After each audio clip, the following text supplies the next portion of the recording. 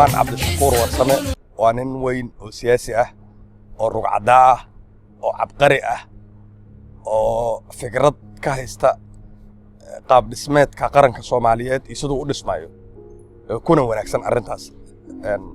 kuna jidkeedina haya laakiin ma ahayn ninkii ayaan le Xuseen Cabdi oo saaxiibka ah wax badan aan la soo marnay oo ka waraysan lahaa musuqmaasuqa iyo corruptionka iyo structure-ka governance system-ka taliska maanta jira dadka laga waraysan lahaa waa dadka Soomaaliya darsa ee cilmi baara ee la socda arinteeda si cilmi u daraasiyay corruptionka farmaajo iyo taliskiisu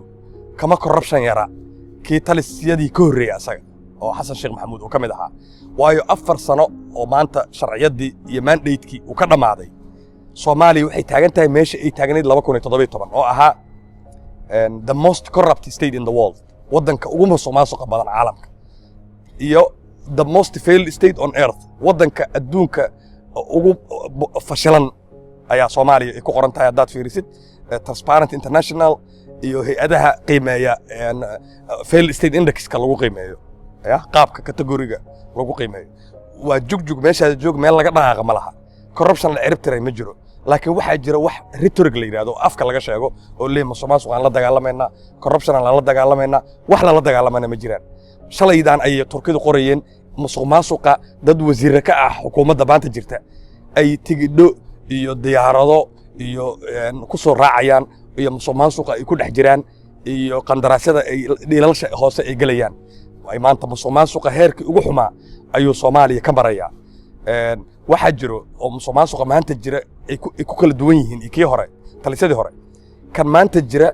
gacanta waxadaysa iyo tan la hadayo isma arkayaan laakiin talisadii hore gacanta waxadaysa iyo tan waxadaysa waa isu jeedeen bareera cad ay eedo la kala xisho oo aan la kala xishoonin laakiin tan maanta jirta waa gacan gadaal wax ka hadayso oo loo jeedin oo u baahan in toos lagu isiyo oo la baaro cabdiraxmaan wuxuu ka mid yahay dadkii la rabay inay daraasad arinta dad inta ugu xil saaraan la darso kadibna uu ka hadlayahay ma oran karo musuqmaasuqooda yar iyo saan baqlay iyo wax maqal ma aha arintan waa arin daraasad u baahan iyo cilmi in lagu fiiriyo marka sidaas conceptual ku kala duwan yihiin saan ku tilmaamay wax la qarinayo iyo waxaan qarsoonayn kala yihiin marka dadkuna dad indhergarad ku kaliya arki karee dadkuna indhergarad uma wada badna ma arki karaan waxaan la qarsanayo tusaale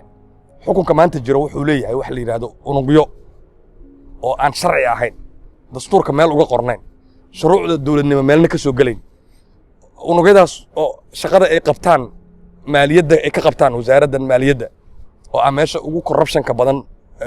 xukunka jira iyo taliska maanta jira ee waqtigiisu dhamaaday unugyadaas shaqada ay qabtaan waxay tahay inay gacanta wax laga hadayo iyo gacanta wax hadayso u dhaxeeyaan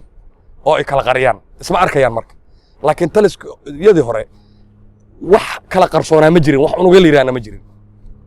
unugyadan waa wax cusub oo hadda jira oo loo baahan yahay sida warqadaha loo qoray UN Monitoring Group iyo Transparency International ku cad in la baaro waxa ay yihiin si hadhowto marka dawlad cadaalad ay dhalato oo sharciga ku dhisan loo maxkamadeeyo wixii ay ummadda Soomaaliyeed ka xadeena laga soo celiyo